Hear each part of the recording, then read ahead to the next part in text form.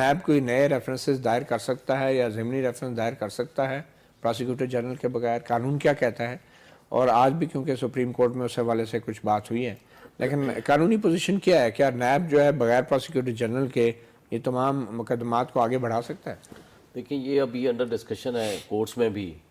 Finally اصول تو یہی ہے کہ چیئرمین یہ کرے گا اور اس کے بعد کرے گا پراسیکیوٹر جنرل اسی کے ذریعے.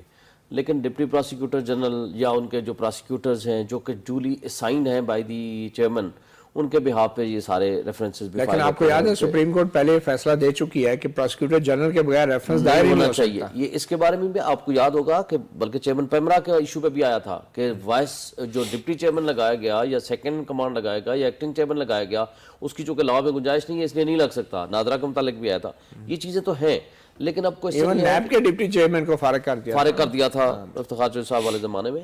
لیکن کوشچن سے پھر بھی یہاں آتا ہے کہ کئی دفعہ ایسا ہوا ہے کہ کچھ ہوتی ہیں کیوریبل irregularities، کچھ ہوتی ہیں illegalities. جو illegalities ہوتی ہیں وہ کیور نہیں ہو سکتی، کہیں کوئی irregularity ہے تو وہ کیوریبل ہوتی ہے.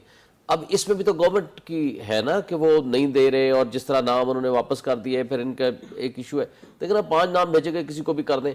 لیکن اب یہاں یہ بات کہ جیسے سندھو صاحب کہہ رہے ہیں یا یہ جو ایک ایشو ہے، دیکھیں بڑے آدمی کو نوٹس دینے کا مطلب یہ نہیں ہے کہ جی اس کے خلاف انتقام ہو رہا ہے.